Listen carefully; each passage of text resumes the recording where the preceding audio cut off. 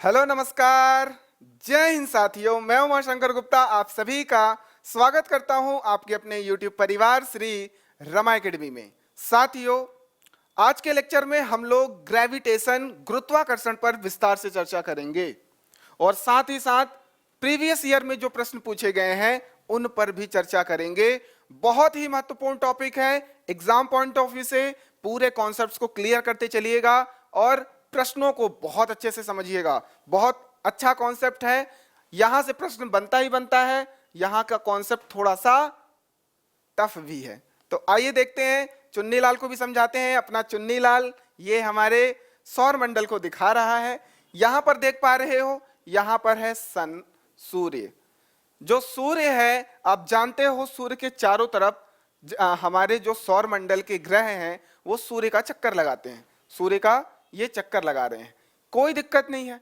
यहां पर फिर क्या पता चलता है कि सभी ग्रह जो हैं आपस में एक दूसरे की तरफ कोई ना कोई बल लगा रहे हैं। तो इसी वजह से ये जो ग्रह हैं सूर्य का चक्कर लगा रहे हैं और इनका जो डिस्टेंस है, दूरी है, वो मेंटेन है और वो उसी दूरी पर वो कंटिन्यूअसली चक्कर लगाते जा रहे हैं।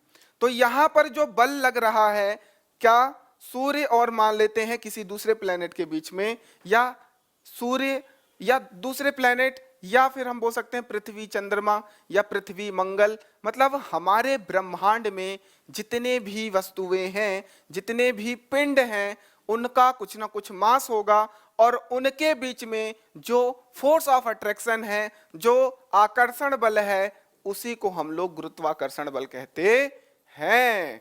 क्या आकर्षण बल ही क्या है? गुरुत्वाकर्षण बल है, जो कि ब्रह्मांड में किसी भी गुरुत्वाकर्षण बल है जो कि ब्रह्मांड के किसी भी दो बड़े पिंडों के बीच में लग रहा है। क्या मैंने बोला? किसी भी दो बड़े पिंडों के बीच में लगने वाला आकर्षण बल गुरुत्वाकर्षण बल कहलाता है। तो यहां पर जितने भी ग्रह, उपग्रह, तारे हैं, वो एक दूसरे पर जो बल आरोपित कर रहे हैं एक दूसरे की तरफ, आकर्षण बल, उसी को गुरुत्वाकर्षण बल कहेंगे। क्लियर हो गया आपको कि ब्रह्मांड में स्थित किन्हीं भी दो पिंडों के मध्य लगने वाला आकर्षण बल, ये आपको नोट करना है। लगने वाला आकर्षण बल, यहां प्रतिकर्षण अगर ऑप्शन में आता है तो आप उसे नहीं छुओगे। क्या टच करना है अपने को, क्या आंसर देना है? तो आकर्षण बल। और अगर समझ में आता जाएगा हमारा लेक्चर, कमेंट सेक्शन में लिख देना, अब की बारी हम पटवारी बन के रहेंगे। और कॉन्सेप्ट क्लियर हो गया तो लिख देना हाँ हाँ सर, क्रिस्टल क्लियर हो गया है। तो यहां पर आकर्षण बल लग रहा है, गुरुत्वाकर्षण बल कहलाता है। अब इसकी जो दिशा है, इसकी दिशा वस्तुओं के गुरुत्व केंद्र के अनुदिश होती है। गुरुत्व केंद्र के अनुदिश मतलब अगर कोई दो वस्तुएं हैं, ये इनका सेंटर हो गया, इनके सेंटर की तरफ, इसके सेंटर की तरफ इस वस्तु ने इस वस्तु पर और इस वस्तु ने इस वस्तु पर जो आकर्षण बल लगाया उसी को गुरुत्वाकर्षण बल कहते हैं। यह बल आकर्षण प्रकृति का होता है, ये कोई इसमें कंफ्यूजन मत रखना। कुछ दूसरे पॉइंट्स, कुछ इंपॉर्टेंट पॉइंट्स लिखते हैं गुरुत्वाकर्षण के बारे में, इन्हें आप लोग नोट करते चलो। गुरुत्वाकर्षण बल, सबसे पहला तो यही है कि यह एक आकर्षण बल है। ठीक, सबसे पहला यही है, आकर्षण बल है, कोई दिक्कत नहीं। दूसरा ये है, अब आप बताओ पूरे ब्रह्मांड में, ब्रह्मांड की अगर बात करें हमारे अर्थ सरफेस के बाहर, तो वहां पर कोई माध्यम है क्या? जब माध्यम नहीं है फिर भी बल लग रहा है, इसका मतलब है गुरुत्वाकर्षण बल को आरोपित करने के लिए माध्यम की आवश्यकता नहीं होती है। तो यहां पर आप लिख लो माध्यम की आवश्यकता नहीं, माध्यम की आवश्यकता नहीं होती है, आवश्यक नहीं। तीसरा पॉइंट लिख लो। अब क्या हमने बल में ये पढ़ा था, दो टाइप के बल होते हैं। बल जो होते हैं वह मुख्यतः दो तरीके का होता है। एक होता है स्पर्शी, स्पर्शी और अस्पर्शी। अब स्पर्शी को वहां पर हमने संपर्क, संपर्क बल, जिसके संपर्क में जाया जा सकता है और जिसके में नहीं जाया जाएगा उसे असंपर्क बल, संपर्क बल।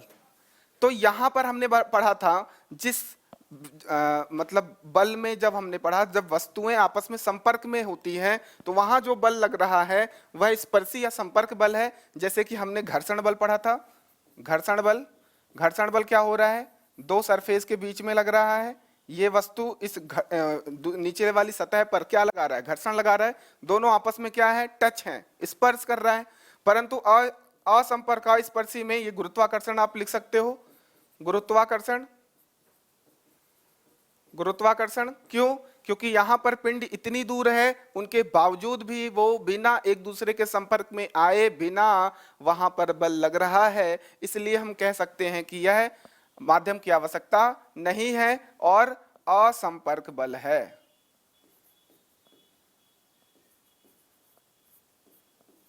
अस्पर्शी,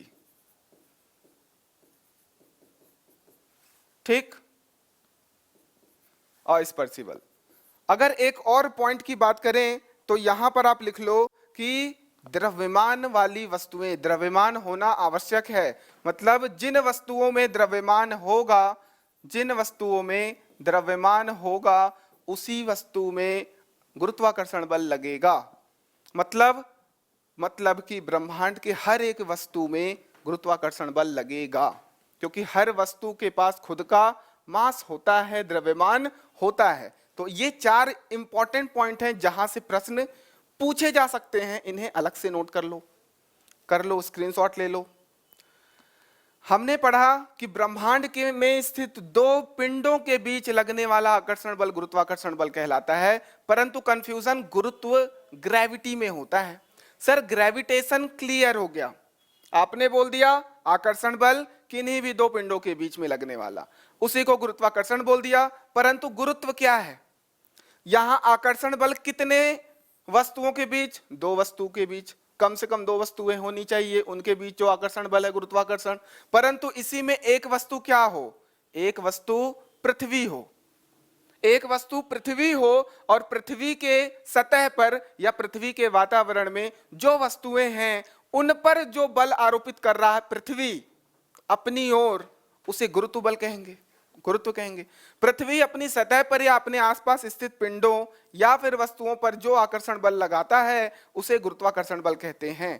मतलब ब्रह्मांड के दो पिंडों की बात करेंगे तो गुरुत्वाकर्षण, अगर पृथ्वी की बात करेंगे तो पृथ्वी के द्वारा जो वस्तुओं पर बल लगाया जा रहा है, जैसे कि हम पर बल आरोपित किया जा रहा है गुरुत्व बल, हम केंद्र के अनुदेश, पृथ्वी के केंद्र के अनुदेश हमारे ऊपर एक बल आरोपित लग रहा है, हो रहा है।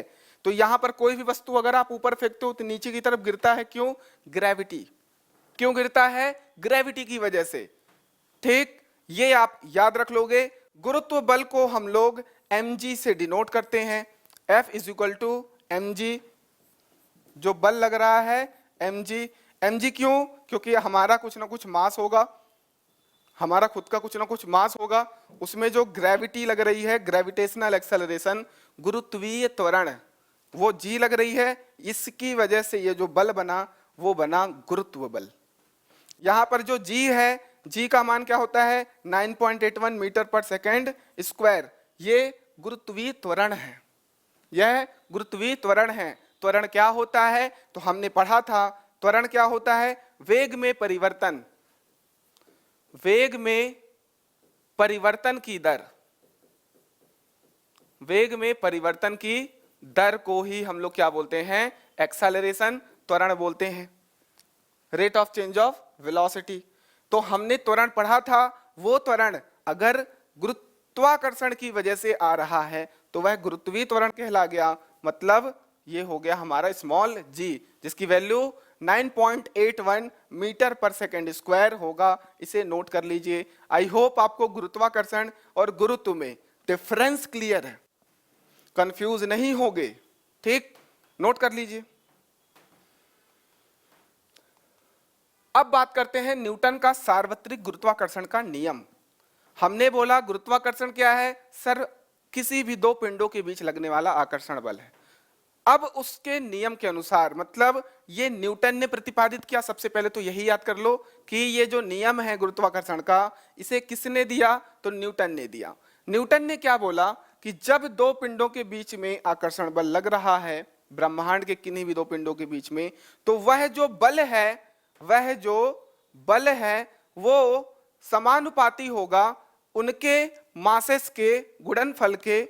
जो द्रव्यमान है इन दोनों वस्तुओं के, उनके द्रव्यमानों के गुणनफल के समानुपाती होगा और उनके बीच की दूरी के व्युत्क्रमानुपाती होगा, उनके बीच की दूरी के वर्ग के व्युत्क्रमानुपाती होगा। तो इसे समझिए, ये स्टेटमेंट क्या है।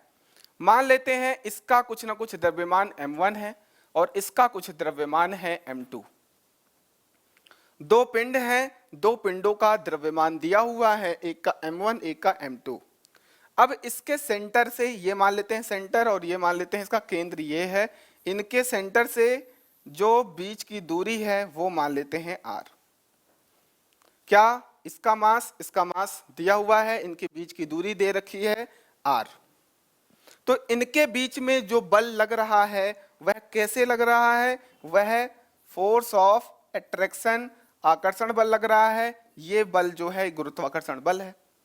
यही बल जो है इन दोनों मास के, इन दोनों के द्रव्यमान के गुणनफल के समानुपाती होता है और इनकी बीच की दूरी के स्क्वायर के, मतलब वर्ग के व्युत्क्रमानुपाती होता है। तो आप ये जो स्टेटमेंट है ये याद रखोगे। यहां से प्रश्न पूछ सकता है कि गुरुत्वाकर्षण बल किन किन फैक्टर्स पर डिपेंड करता है, निर्भर करता है। तो आप बोलोगे पिंडों के मास पर मतलब द्रव्यमानों पर और उनकी बीच की दूरी पर। तो यही आपको याद रखना है। दो पिंडों के मध्य लगने वाला आकर्षण बल का मान पिंडों के द्रव्यमान और उनकी बीच की दूरी पर निर्भर करता है। अब किस तरीके से निर्भर करता है? तो ये डायरेक्टली प्रोपोर्शनल है, समानुपाती है उनके द्रव्यमानों के गुणनफल के और उसकी दूरी के वर्ग के व्युत्क्रमानुपाती है। क्या मतलब होता है समानुपाती व्युत्क्रमानुपाती? अगर समानुपाती होगा तो यहां पर अगर मास की वैल्यू, द्रव्यमान की वैल्यू बढ़ाएंगे तो फोर्स ऑफ अट्रैक्शन, आकर्षण बल बढ़ जाएगा, गुरुत्वाकर्षण बल बढ़ जाएगा। मतलब m1 m2 में किसी को भी बढ़ाएं तो फोर्स बढ़ जाएगा, आकर्षण बल बढ़ जाएगा। अगर इसके डिस्टेंस, बीच की दूरी को हम बढ़ाते हैं तो जो फोर्स है वह बहुत ड्रास्टिकली कम होगा क्योंकि स्क्वायर फॉर्म में है। तो व्युत्क्रमानुपाती का मतलब बढ़ाने पे घट जाएगा, डायरेक्टली प्रोपोर्शनल नहीं है, इनवर्सली प्रोपोर्शनल है। ये चीज आपको ध्यान रखना है। अब इनको अगर मैं एक साथ लिखूं तो कुछ इस तरीके से लिख सकते हैं m1 m2 upon r square, और फिर यहां से जो समानुपाती का चिन्ह है इसको जब हम हटाते हैं तो इक्वल का साइन आता है। उससे क्या आएगा?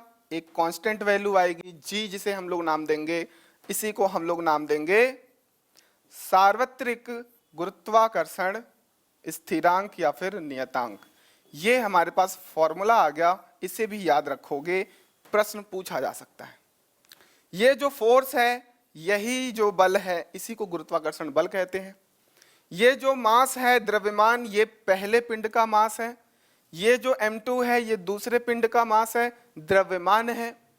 और ये जो दूरी है इनके बीच की दूरी है। ये याद कर लो। जहां पर g का मान क्या है? g का मान 6.67 इंटू 10⁻⁻11 न्यूटन मीटर स्क्वायर पर केजी का स्क्वायर।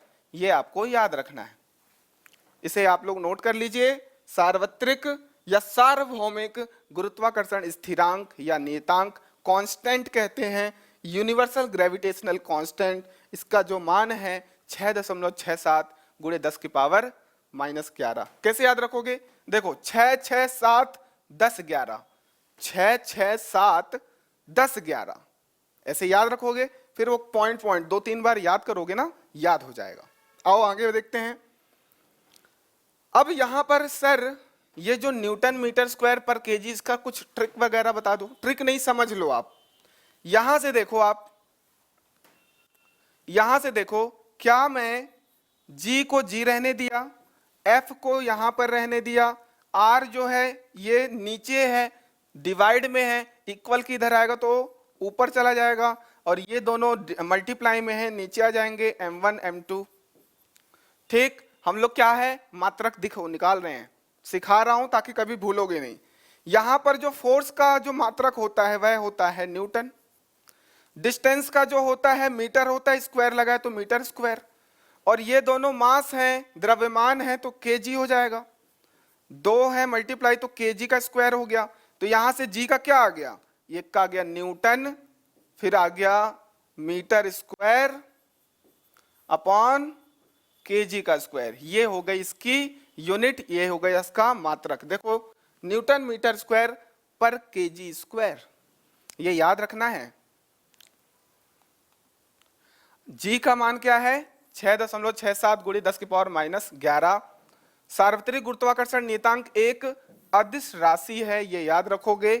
लास्ट सेशन में मैंने सदिश और अदिश को अच्छे से समझाया था। अदिश वे राशियां होती हैं जिनको सिर्फ और सिर्फ परिमाण की आवश्यकता होती है, परंतु सदिश राशियों में परिमाण के साथ साथ दिशा की भी आवश्यकता होती है, नोट कर लोगे। अब गुरुत्वाकर्षण बल की कुछ विशेषताएं हैं, इन विशेषताओं से कोई ऑब्जेक्टिव बन सकता है, एमसीक्यू बन सकता है, प्रश्न बन सकता है, तो इसे नोट कर लोगे कि यह सदैव आकर्षण बल होगा। बहुत बढ़िया है। यह एक केंद्रीय बल है, मास जो है द्रव्यमान है उसके केंद्र में लग रहा है, सिंपल सी बात है, केंद्रीय बल है जो वस्तुओं के द्रव्यमान के केंद्र पर कार्य करता है, बिल्कुल सही। इस बल का मान पिंडों के बीच के माध्यम पर निर्भर नहीं करता, जो मैंने भी लिखवाया है। यह बल परिमाण में बराबर किंतु दिशा में विपरीत होते हैं। दिशा में विपरीत कैसे, ये जो है इधर की तरफ फोर्स लगा रहा है, ये वाला इधर की तरफ, एक दूसरे की विपरीत दिशा है कि नहीं है, ठीक, परंतु परिमाण में बराबर है, मतलब इतना जितना बल ये इस पे लगा रहा है उतना ही बल इस पे ये लगाएगा। देखो दोनों का मान F है, अलग अलग नहीं रखा है हमने, दोनों को F रखा है, इसका मतलब है दोनों का परिमाण, बल का परिमाण बराबर होगा परंतु विपरीत दिशा में होगा, इसे याद रखोगे। यह बल स्थिर व गतिशील पिंडों पर भी लागू होता है, मतलब स्थिर पिंडों पर तो लगेगा ही, साथ में गतिशील पिंडों पर भी लग रहा है। ग्रह ये सब क्या है, गतिशील पिंड है। ग्रह उपग्रह, हमारे आजकल जो हम लोग सैटेलाइट भेजते हैं वो सब भी कैसे एक जगह पर रुके हुए हैं, उन पर भी तो गुरुत्वाकर्षण बल लग रहा है, समझ गए।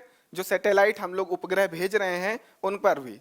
इसके लिए पिंडों के द्रव्यमान का होना आवश्यक है, जो मैंने बोला द्रव्यमान पर इस डिपेंड करता है। ये जो मैंने 4 पॉइंट बताए थे ये बहुत ज्यादा इंपॉर्टेंट है, ठीक। आगे बढ़ते हैं, अब बात करते हैं गुरुत्वीय त्वरण की। यहां पर गुरुत्वाकर्षण क्लियर हो गया। गुरुत्वाकर्षण और गुरुत्व दो बल हैं, दो बल हैं। गुरुत्वाकर्षण बल दो पिंडों के बीच लगने वाला आकर्षण बल है। गुरुत्व बल पृथ्वी की वजह से पृथ्वी के आसपास के जो पिंड हैं, वस्तुओं हैं, उन पर जो आकर्षण बल लग रहा है पृथ्वी के केंद्र के अनुदेश, वो कहलाएगा गुरुत्व बल। उसी गुरुत्व बल की वजह से त्वरण जनरेट हो रहा है, इसे समझो। हमने क्या किया, ये हमारे पास पृथ्वी है, यहां पर कोई ना कोई एक वस्तु है, इस वस्तु को जब हमने उछाला, ये हमने फेंका, तो ये क्या हुआ, ये नीचे की तरफ गिर रहा है। चलो मान लेते हैं गिर रहा है, ठीक, ये मान लेते हैं नीचे की ओर गिर रहा है। तो क्या आप बता सकते हो क्या इसका जो वेग है वह चेंज होगा, वह बढ़ेगा? अगर आप कोई वस्तु गिराते हो तो उसका वेग परिवर्तन होता है, वेग कंटिन्यूअसली बढ़ता जाता है, उसकी वेलोसिटी कंटिन्यूअसली चेंज होती जाती है, बढ़ती जाती है। तो यहां पर अगर वेलोसिटी में, उसकी गति में परिवर्तन हो रहा है तो यहां पर त्वरण आ जाएगा। क्या, यहां पर जो त्वरण आएगा उसी को हम लोग स्मॉल जी के नाम से जानते हैं, और इसी जी को क्या बोलते हैं, गुरुत्वीय त्वरण। क्या बोलते हैं, गुरुत्वीय त्वरण, acceleration due to gravity. Gravity की वजह से जो हमारे पास एक्सेलरेशन आया, ग्रेविटी गुरुत्व बल की वजह से जो हमें त्वरण मिला, उसे गुरुत्वीय त्वरण कहते हैं, उसी को स्मॉल जी से डिनोट करते हैं।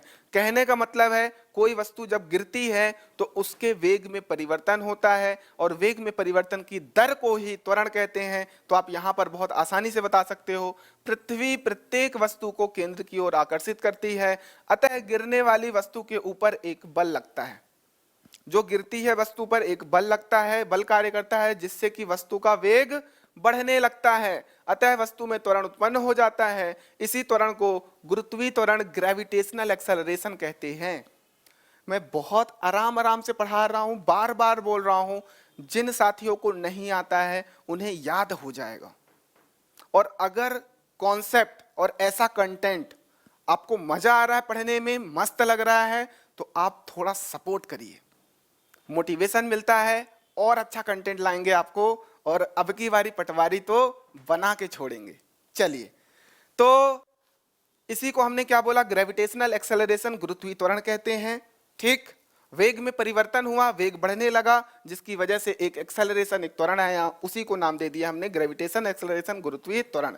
इस प्रकार गुरुत्व के अधीन, यहां पर एक लाइन में अगर क्वेश्चन बनेगा या एक लाइन में स्टेटमेंट लिखना होगा तो, गुरुत्व के अधीन स्वतंत्रता पूर्वक गिरती हुई वस्तु में उत्पन्न त्वरण को ही गुरुत्वीय त्वरण कहते हैं। मतलब स्वतंत्रता पूर्वक, ये होता है कि हमने फेंका है, हमने फेंका नहीं, हमने सिंपल गिरा दिया, जैसे ही गिराया वह स्वतंत्रता पूर्वक गिर रहा है। जैसे कि झरने गिरती हैं, उनमें किसी का बल नहीं लगता है, वो अपने आप गिरती हैं, अपने द्रव्यमान की वजह से हाइट से गिरती हैं। तो उनमें भी क्या लगता है, उनका भी जो वेग परिवर्तित होता है, जिसकी वजह से एक त्वरण उसमें आता है, उसी त्वरण को गुरुत्वीय त्वरण कहते हैं, जिसको स्मॉल जी से प्रदर्शित करते हैं। इसका जो मान होता है 9.81 मीटर पर सेकंड स्क्वायर होता है, मात्रक मीटर पर सेकंड स्क्वायर होता है। यह एक सदिश राशि होता है। सदिश राशि वे राशियां होती हैं जिनको दिशा की भी आवश्यकता होती है, और यहाँ पर गुरुत्वाकर्षण, गुरुत्व बल का जो दिशा जो है वो केंद्र के अनुदिश, पृथ्वी की केंद्र के अनुदिश, ये हमने पृथ्वी बनाया है, हमेशा इसकी केंद्र की ओर ही इसकी दिशा होगी। कोई भी वस्तु फेंकोगे पृथ्वी की तरफ आएगी, कहीं पर भी फेंको पृथ्वी की तरफ गिरेगी, और पृथ्वी के केंद्र की ओर, तो उसकी दिशा निश्चित है, किधर, नीचे की ओर। इस वजह से हमने इसे सदिश राशि बोला है, जिसकी दिशा सदैव पृथ्वी की केंद्र की ओर रहती है। यहां पर अगर बॉल छोड़ते हो तो इसमें भी जी जनरेट होगा, इसे नोट कर लो। आई होप क्लियर है आपको। न्यूटन ने, ये कहानी सबने सुना होगा कि न्यूटन पेड़ के नीचे बैठा था, उसके पेड़ से एप्पल गिरा, और इसको एक माइंड में क्वेश्चन आता है कि ये गिरा तो ये उछल के इधर क्यों नहीं चला गया, ये इधर क्यों नहीं चला गया, इधर क्यों नहीं चला गया, ये गिरा तो नीचे ही क्यों गिरा, ये वाला गिरेगा तो इधर ही गिरेगा, बिल्कुल डायरेक्टली नीचे गिर रहा है, ऐसा क्यों हो रहा है। और इसी वजह से इन्होंने गुरुत्व बल, गुरुत्वाकर्षण बल का इन्होंने स्टेटमेंट दिया। अब देखते हैं जी व जी में संबंध। ठीक, आपस में एक रिलेशन है जिससे कि प्रश्न पूछा गया है, इसलिए मैं इस टॉपिक को लेकर के आया हूं। मान लेते हैं एक बॉल है, आपने पृथ्वी की सतह से ऊपर उछाला, वह बॉल नीचे की ओर गिरेगा। मान लेते हैं इस बॉल का कुछ ना कुछ द्रव्यमान स्मॉल m है, और ये आपको प्यारी सी हमारी धरती माता पृथ्वी दिख रही है, और इसका द्रव्यमान मान लेते हैं कैपिटल M है। इसका हमने मान लिया स्मॉल m, इसका मान लिया कैपिटल M। क्या यह वस्तु जो है, जो बॉल है, इधर की तरफ गिरेगा? बिल्कुल गिरेगा। इस पर जो बल आरोपित होगा वह बल कितना होगा? mg होगा, बिल्कुल होगा। Sir mass into acceleration, mg बल नीचे की ओर लग रहा है, मतलब गुरुत्व बल लग रहा है नीचे की तरफ। बहुत बढ़िया। ठीक, अब ये दो पिंड हैं, दो पिंडों के बीच में गुरुत्वाकर्षण भी लगता है।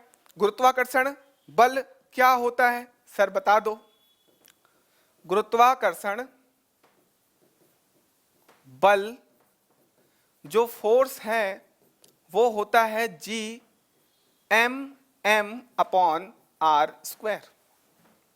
G M M upon R square. Sir आपने तो m1 m2 upon R square लिखा था, लिख लो।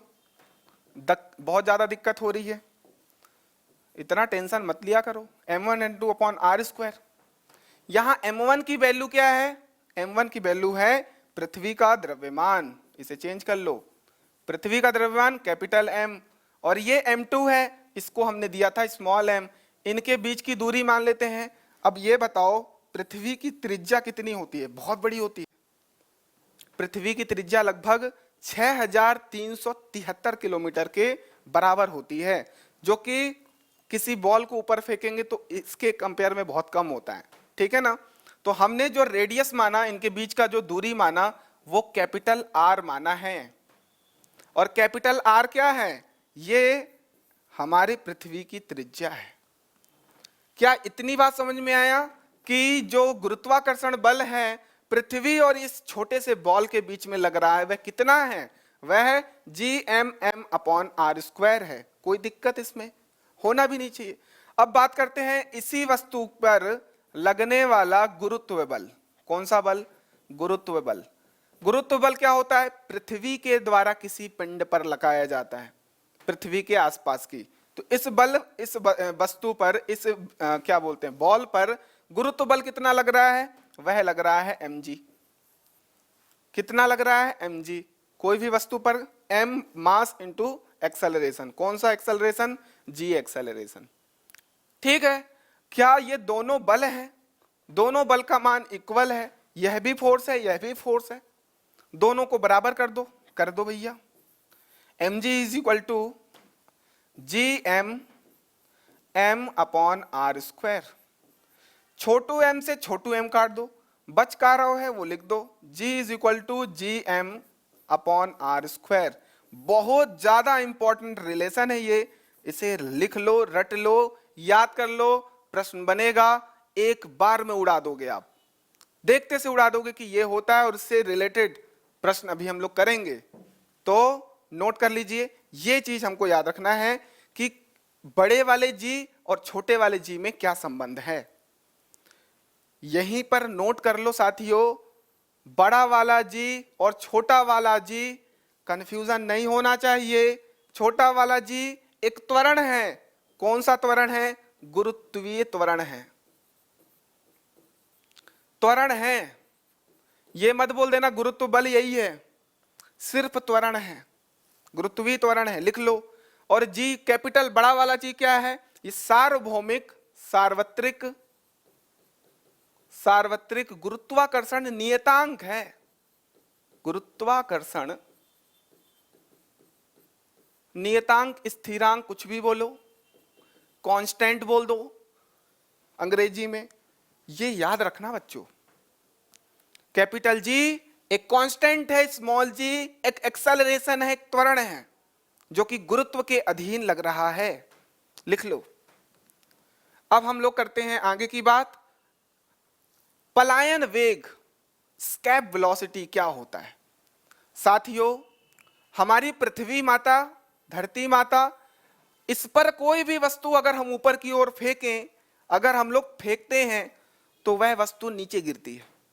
जोर लगाओ और जोर लगाओ, थोड़ा और ऊपर जाएगी, फिर गिर जाएगी, और ज्यादा जोर से फेंको और ऊपर जाएगी, गिर जाएगी। क्या वेग दें उस वस्तु को कि वापस ही ना आए? मतलब इस पृथ्वी के जो एटमॉस्फेयर है ना, लेयर्स, इसको पार करके निकल जाए। मतलब पृथ्वी का जो गुरुत्व बल लग रहा है उसको पार कर जाए। कितना वेलोसिटी दें, कितना वेग दें? जो वेग देंगे उसी को पलायन वेग कहते हैं, स्केप वेलोसिटी कहते हैं। क्या इतनी बात क्लियर है? अब हम लोगों को क्या करना होता है? हम लोग को रॉकेट लॉन्च करना होता है ताकि हम लोग सैटेलाइट, उपग्रह वगैरह भेज सकें अंतरिक्ष में, और उससे हमारी उपयोग वाली चीजें, सारी जानकारी हासिल करने के लिए उसे किसी एक अक्ष में हम लोग स्थिर कर दें। तो उसका, इस गुरुत्व बल को तोड़ के बाहर निकलना जरूरी है, तो हमको कुछ ना कुछ वेग देना पड़ेगा। वह वेग कितना दें? उसी वेग को क्या बोलते हैं? पलायन वेग कहते हैं। आपको समझ में आ गया? जो ग्रेविटेशनल पुल है, गुरुत्वाकर्षण जो पुल है, जो खिंचाव है, इसको तोड़ के बाहर निकलना है। इसी को जो वेलोसिटी देंगे, जो वेग देंगे, उसी को पलायन वेग, इसके वेलोसिटी बोलेंगे। आई होप क्लियर है। इसको नोट कर लो। पलायन वेग वह न्यूनतम वेग है, न्यूनतम वेग है। हमको अगर कोई चीज भेजनी है, इससे ज्यादा वेलोसिटी रखना पड़ेगा। यह एक लिमिट है, न्यूनतम वेग जिससे फेंके जाने पर कोई वस्तु पृथ्वी के गुरुत्वाकर्षण क्षेत्र से पलायन कर जाता है और पृथ्वी पर लौटकर कभी नहीं आता है, पलायन वेग कहलाता है। इसे वी से प्रदर्शित करते हैं, जिसका मान रूट में 2gr होता है। 2gr, जी क्या है सर? अभी आपने बताया स्मॉल जी। क्या बताया? एक एक्सेलरेशन है, एक त्वरण है, जिसको गुरुत्वीय त्वरण कहते हैं। आर लिख लो आप, ये है हमारा रेडियस ऑफ द अर्थ, पृथ्वी की त्रिज्या। ये लिखा हुआ है पृथ्वी की त्रिज्या, ठीक है। पृथ्वी का रेडियस है। यहां पर भी मैंने लिखवाया नहीं है, इसे आप लोग नोट कर लोगे। स्मॉल जी त्वरण हो गया, कैपिटल जी बता दिया। कैपिटल एम जो है मास हमारे अर्थ का है, स्मॉल एम जो है इस वस्तु का मास द्रव्यमान है, और आर जो है ये त्रिज्या है पृथ्वी की, रेडियस ऑफ द अर्थ। यहां पर नोट कर लो। पलायन वेग का मान अलग अलग ग्रहों के लिए अलग अलग होता है। मतलब पृथ्वी पर अगर है हम लोग, यहां से कोई वस्तु हमको फेंकनी है तो उसकी जो वेलोसिटी देंगे वह लगभग देंगे 11.2 किलोमीटर पर सेकंड। एक सेकंड में 11.2 किलोमीटर पहुंच जाए भैया, इतनी वेलोसिटी चाहिए। एक सेकंड में कितना? 11.2 किलोमीटर।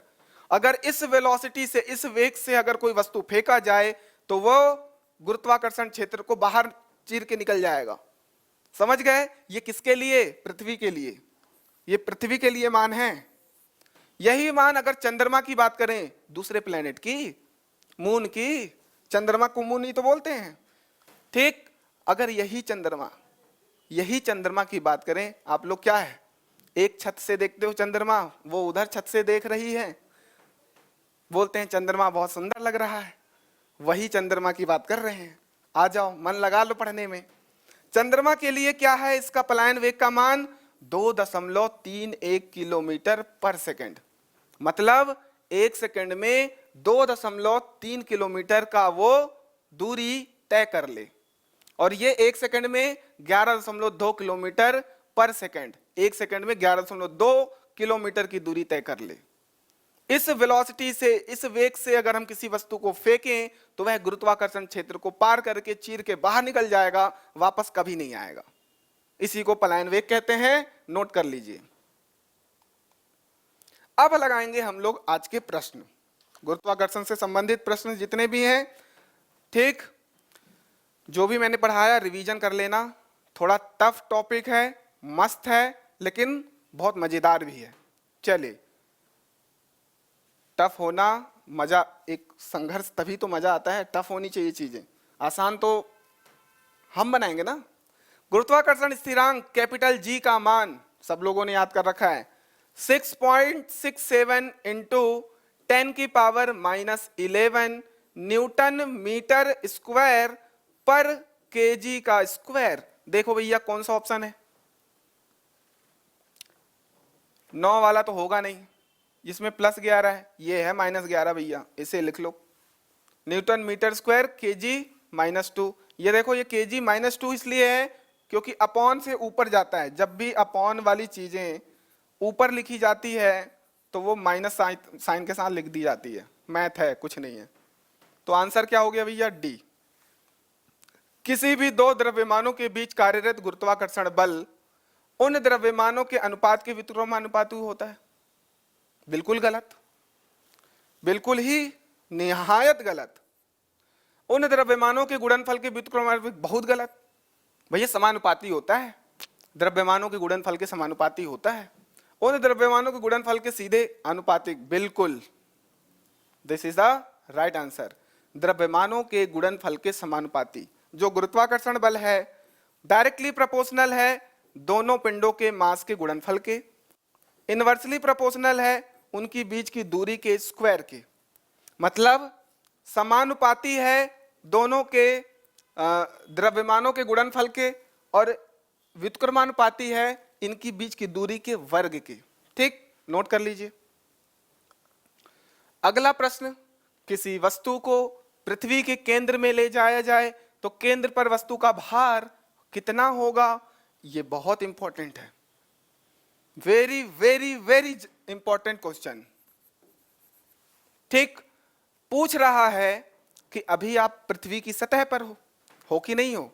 बहुत सारे बच्चे कंफ्यूज रहते हैं, बोलते हैं हम पृथ्वी के अंदर रहते हैं, गधे हैं वो। ये आप हो पृथ्वी के सतह पर, बाहर। और पृथ्वी के केंद्र की बात करें तो पृथ्वी का केंद्र कुछ ये है, ये है पृथ्वी का केंद्र। केंद्र क्लियर? अगर पृथ्वी के केंद्र पर किसी वस्तु को ले जाएं तो पूछ रहा है उसका भार। साथियों, कल का लेक्चर याद करो, द्रव्यमान और भार हमने अच्छे से पढ़ा था। द्रव्यमान और भार। सर भार क्या होता है? भार होता है जिसके द्रव्यमान में g का मल्टीप्लाई हो जाए। द्रव्यमान क्या होता है? Small m। केजी में 5 केजी, 10 केजी, 100 केजी। ये जो केजी वर्ड है, जो इसको मात्रा किसकी बात करेंगे तो केजी होता है। लेकिन भार क्या होता है? भार का जो मात्रा का न्यूटन होता है। मतलब m इंटू जी का मल्टीप्लाई करने पे हमें मिलता है। ये होता है भार, वेट, और ये होता है द्रव्यमान, मास। तो ये पूछ रहा है भार क्या हो जाएगा केंद्र में, तो याद कर लो भार होता है 0, शून्य। भार होगा कितना? शून्य। इसको याद कर लो। और कैसे होता है इसे आप लोग देखोगे। इसको नोट कर लो, पहले समझाते हैं।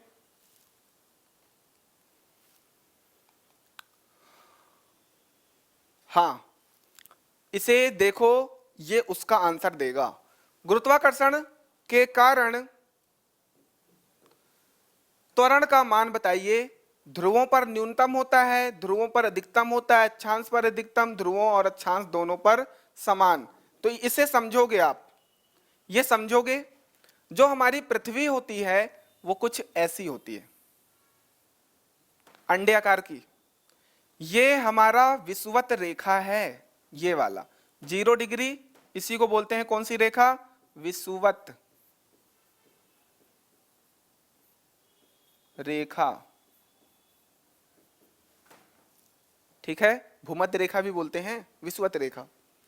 यहां पर होता है क्या? North pole, south pole. इसे बोलते हैं नॉर्थ पोल, इसे बोलते हैं साउथ पोल। नहीं समझ में आ रहा है तो उत्तरी ध्रुव तो याद होगा, उत्तरी ध्रुव। यह है दक्षिणी ध्रुव। कोई दिक्कत नहीं होनी चाहिए। अब आपको यहां पर कुछ पॉइंट याद रखने हैं। यहां पे पृथ्वी के केंद्र से ये जो ध्रुव है और जो विषुवत रेखा वाला सतह है, पृथ्वी की सतह ये वाली होती है। यहां पर जो इसकी त्रिज्या होगी वो कितनी होगी? 6357 किलोमीटर। कहां पर? ध्रुवों पर 6357 किलोमीटर। और यहां पर होगी 6378 किलोमीटर। ये याद नहीं रखना है, बस समझना है। अधिक कौन है? 78 अधिक है 78। मतलब केंद्र से बात करेंगे तो ये जो विषुवत रेखा का जो पॉइंट है और जो ये पोल्स हैं, इसमें जो विषुवत रेखा ये ज्यादा दूर है। विषुवत रेखा ज्यादा दूर है पृथ्वी के केंद्र से। और जो हमारे उत्तरी ध्रुव, दक्षिणी ध्रुव है, ये पास में है। किनके कंपेयर में? विषुवत रेखा के कंपेयर में, पहली बात। और जो पिंड से जितना दूर जाएंगे गुरुत्वाकर्षण बल उतना ज्यादा कम होता जाएगा, जितना पास रहेंगे उतना ज्यादा रहेगा। इतनी बात क्लियर है? ठीक।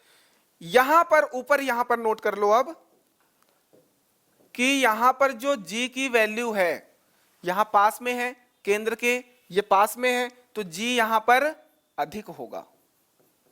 g क्या होगा? अधिक होगा। गुरुत्वीय त्वरण अधिक होगा, g का मान अधिक होगा। ठीक। और यहां पर g का जो मान होगा वह कम होगा। आप बोलोगे सर g का मान तो 9.1 आपने याद करवाया है, तो ये कम ज्यादा कैसे हो रहा है? तो होता है, थोड़ा सा वेरी करता है।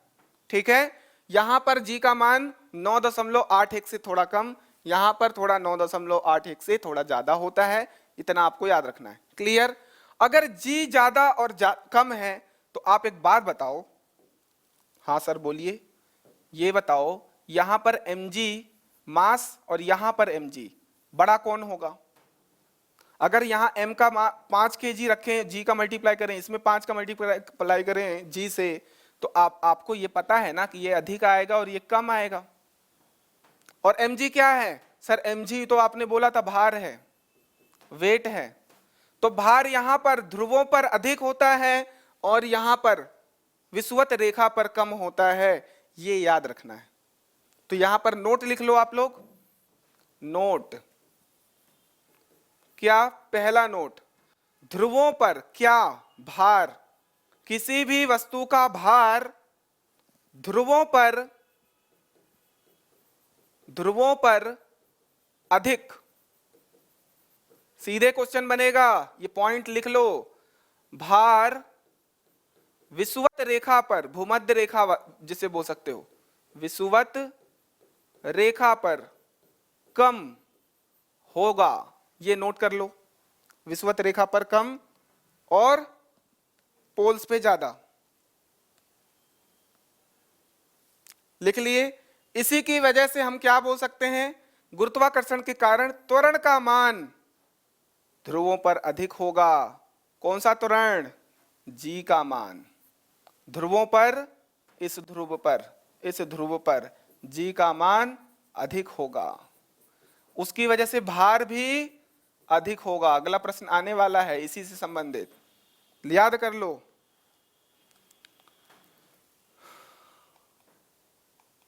अब बात करते हैं एक व्यक्ति का भार निम्न में से किस स्थान पर न्यूनतम होगा। उत्तरी ध्रुव पर, चुंबकीय उत्तरी ध्रुव पर, विषुवत पर, पृथ्वी के केंद्र पर। कम पूछ रहा है, कहां गया न्यूनतम। न्यूनतम कहां होगा भैया, विषुवत पर न्यूनतम होगा। सर आपने लिखवाया है, भार जो है विषुवत रेखा पर कम होता है। आई होप क्लियर है, ठीक है। अब एक चीज और समझो, पृथ्वी घूम रही है। एक कारण और भी लिख सकते हो, कारण और भी लिख सकते हो। पहला कारण, पृथ्वी घूम रही है, तो आप एक बात बताओ, कोई भी घूमती हुई वस्तु केंद्र के बाहर की ओर अब केंद्रीय बल लगाता है, और केंद्र की तरफ अभी केंद्रीय बल लगाता है, बिल्कुल लगाता है। तो यहां पर पृथ्वी विषुवत रेखा जैसे है, ये विषुवत रेखा है, तो ये जब गोल गोल घूमेगा तो वस्तु बाहर की ओर फेंकने की कोशिश करेगा। तो पहला कारण क्या है, सेंट्रीफ्यूगल फोर्स, अपकेंद्रीय बल। हां सर, बहुत बढ़िया। दूसरा क्या है, दूसरा है अर्थ का गुरुत्व बल। जो हमारी पृथ्वी है उसका कुछ ना कुछ गुरुत्व बल है, गुरुत्व बल, वही जो गुरुत्व बल है भैया, F is equal to mg। ये जो बार बार बता रहा था मैं, mg कर रहा हूं, जिसकी वजह से भार उसका अधिक यहां कम है। ये दोनों कारण लिख लो, ये ऑब्जेक्टिव में पूछा जा सकता है। तो ये कॉन्सेप्ट थोड़ा सा क्या है, पेचीदा है, पर सिंपल वे में हमने समझ लिया, कोई दिक्कत नहीं है। इस पेज को बढ़िया नोट कर लेना। आगे बढ़ते हैं, तो एक बार रिवाइज देख लो। गुरुत्वाकर्षण के कारण त्वरण का मान ध्रुवों पर अधिक होगा, ठीक है भैया। किसी वस्तु का पृथ्वी के केंद्र में, केंद्र की बात करेंगे तो केंद्र में जो जी का मान है वह जीरो हो जाएगा।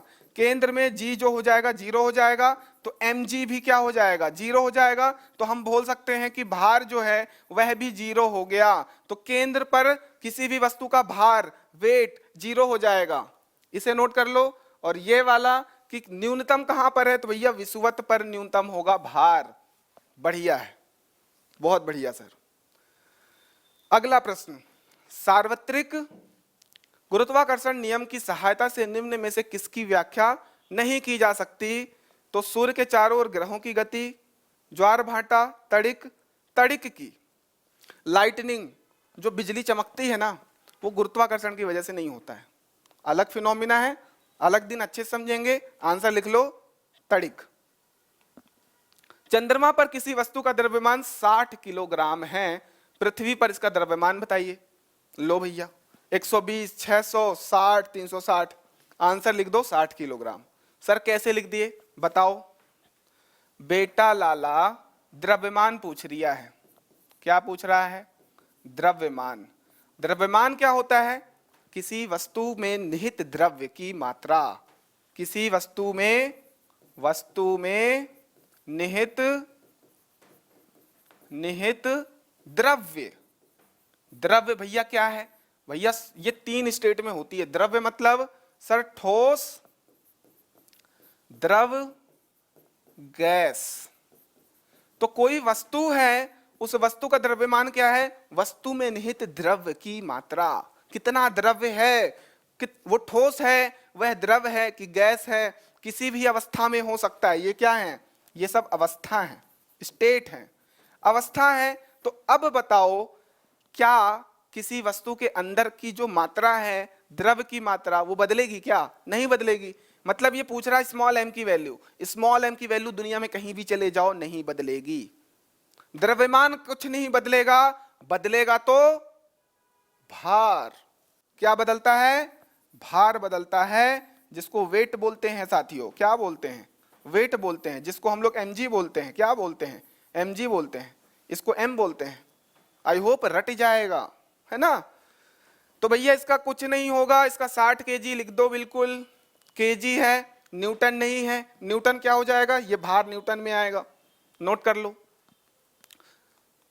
एक कण कुछ गतिज ऊर्जा के साथ ऊपर की ओर फेंका जाता है, तब पिंड उच्चतम बिंदु पर अधिकतम ऊंचाई तक पहुंचता है, तो उसकी गतिज ऊर्जा क्या होगी? भैया ये हमारी पृथ्वी है, इससे हमने किसी पिंड को ऊपर फेंक दिया। अब ऊपर फेंक दिया, कुछ ऊंचाई तक जाने पर अब वो नीचे की ओर आने की कोशिश करेगा। वो वहां पर जाकर के रुक गया, मतलब वहां पर उसका वेग 0 हो गया होगा। भैया वहां रुक गया है ना, तभी तो वापस आएगा, बिना रुके तो आएगा नहीं। तो यहां पर वेग क्या हो गया? 0। अगर वेग 0 हो गया तो गतिज ऊर्जा क्या हो गई भैया? 0 हो गई। उस पॉइंट पर, उच्चतम बिंदु पर गतिज ऊर्जा 0, काइनेटिक एनर्जी 0 हो गई। तो भैया ऊर्जा गया कहां? हवा में चला गया क्या? नहीं, ये जो पूरी की पूरी काइनेटिक एनर्जी थी, ये पोटेंशियल एनर्जी में पहुंच गई, स्थितिज ऊर्जा में, क्योंकि ये कुछ हाइट, कुछ ऊंचाई तक पहुंचा है।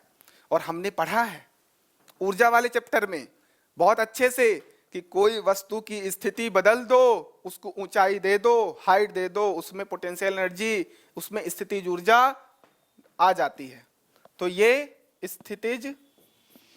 स्थितिज ऊर्जा में कन्वर्ट हो गया, पूरा का पूरा कन्वर्ट हो गया। इसकी गतिज ऊर्जा स्थितिज ऊर्जा में परिवर्तित हो गई। अगला प्रश्न, बाहरी अंतरिक्ष में हमारे बाल सीधे खड़े हो जाते हैं, खड़े होंगे क्योंकि? बाहर जाओगे ना तो सारे ऐसे खड़े हो जाएंगे, यूट्यूब पे डालना साइंटिस्ट इन स्पेस, सारे बाल खड़े रहते हैं, उड़ते रहते हैं। वो बाल खड़े होने का क्या कारण है? देखो देखते हैं। अन्य ग्रहों में बाल गुरुत्वीय बल द्वारा खींच लिए जाते। बाप रे बाप, ऐसे क्वेश्चन गलत। गुरुत्वीय बल ऊपर की दिशा में लगता है। बाप, ऊपर की ओर लगता है, केंद्र के अनुदिश लगता है दूसरी वाली पिंड के। बिल्कुल गलत। वहां बालों पर लगने वाला गुरुत्वीय बल नगण्य होता है। बिल्कुल। जो गुरुत्वीय बल है ना, गुरुत्वीय बल क्या होता है? जैसे पृथ्वी ने गुरुत्व बल लगाया है अपनी ओर, अब बाहर चले जाओगे तो गुरुत्वीय बल क्या हो गया? नगण्य हो गया। इस वजह से वो बाहर की ओर उड़ रहे हैं। बाह्य आंतरिक में हमारे बाल अधिक कड़े हो जाते। कड़े तो बिल्कुल नहीं होंगे। सी आंसर है हमारा, कंफ्यूज मत होना, आंसर इज सी। सारे प्रश्न आपके व्यापम के पूछे गए हैं। कोई जेल प्रहरी में आया है, कोई पटवारी में आया है, ग्रुप 2 सब ग्रुप 4 में आया है, कहीं ना कहीं ये प्रश्न आए हुए हैं। ठीक। पृथ्वी के गुरुत्व का मान लगभग कितना होता है? पृथ्वी के गुरुत्व का मान 9.81 मीटर पर सेकंड स्क्वायर। कौन सा हो रहा है भैया? वर्ग, हाँ, प्रति वर्ग सेकंड। ये वाला नोट कर लो। एक अंतरिक्ष यात्री चंद्रमा पर खड़ा है, वह गेंद ऊपर की ओर फेंकता है, तो गेंद फेंक दिया मान लो। ठीक। कहां है भैया? चंद्रमा पे खड़ा है, देख लेना। चंद्रमा की सतह से ऊपर बॉल को फेंक दिया, फेंक दो, चंद्रमा पर उछलती रहेगी। वाह, क्या चंद्रमा का खुद का कुछ गुरुत्व नहीं है क्या? हमने पढ़ा है अभी, चंद्रमा का भी गुरुत्व बल होता है। वह कितना होता है? वह हमारी पृथ्वी के गुरुत्व का 1/6 गुना होता है ना। अभी क्वेश्चन आएगा उस पर। तो उछलती नहीं रहेगी, ऊपर जाएगी और फिर चंद्रमा की सतह पर वापस आ जाएगी। बिल्कुल जैसे पृथ्वी पर होता है वैसे यहां भी होगा। अंतरिक्ष में गिर जाएगी? नहीं भैया, नहीं भैया, बी आंसर है। ऊपर जाएगी, वापस सतह पर आ जाएगी। नोट कर लो। कांस्टेबल, पुलिस कांस्टेबल में आया है। गुरुत्वीय बल कार्य करता है सूर्य एवं इसके चारों ओर घूमने वाले ग्रह पर, पृथ्वी, केवल सूर्य, ब्रह्मांड में उपस्थित सभी निकायों के बीच, सभी निकाय जो भी ब्रह्मांड में उपस्थित है, जिनके पास खुद का मास होगा, द्रव्यमान होगा, उनके बीच में यह बल लगेगा, गुरुत्वीय बल लगेगा। चांद का पृथ्वी की अपेक्षा गुरुत्व कितना होता है? तो 1/6 गुना होता है। यहां पर जी का मान कितना है? 9.81, कितना? 9.81 मीटर पर सेकेंड स्क्वायर। यह एक त्वरण है। तो अगर चंद्रमा की बात करेंगे तो मान लेते हैं जी डैश, वहां पर कुछ जी डैश मान लेते हैं नया, जो कि हमारे यहाँ की जी का 1/6 है, मतलब g/6 है। मतलब 9.81 में 6 से भाग दे दो, जो आएगा वो पृथ्वी, चांद का गुरुत्व कहलाएगा, गुरुत्व कहलाएगा। नोट कर लो। पलायन वेग का पृथ्वी पर मान 11.16 किलोमीटर पर सेकेंड। 1 सेकेंड में याद रखना। देख लो कैसे कैसे प्रश्न पूछे जा रहे हैं। हलवा क्वेश्चन। गुरुत्व का वैश्विक नियम किसने प्रतिपादित किया? भैया न्यूटन ने। पेड़वा के नीचे कौन बैठा था? न्यूटन। न्यूटन भैया। ऊपर की ओर फेंके गए पत्थर के नीचे गिरने का कारण बताओ। नीचे गिरने का कारण गुरुत्वाकर्षण बल। उस ग्रह पर गुरुत्वीय त्वरण, अब भैया बहुत इंपॉर्टेंट क्वेश्चन, मैथ आ गई, आओ देखते हैं।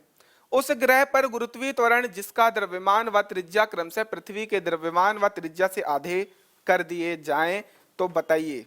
अब देखो साथियों, अगर हम बात करें पृथ्वी का, तो पृथ्वी का हमने देखा है small g is equal to Gm/r²। नहीं याद आ रहा है? हमने रिलेशन निकाला था, याद करो। ये देखो ये वाला पेज याद करो।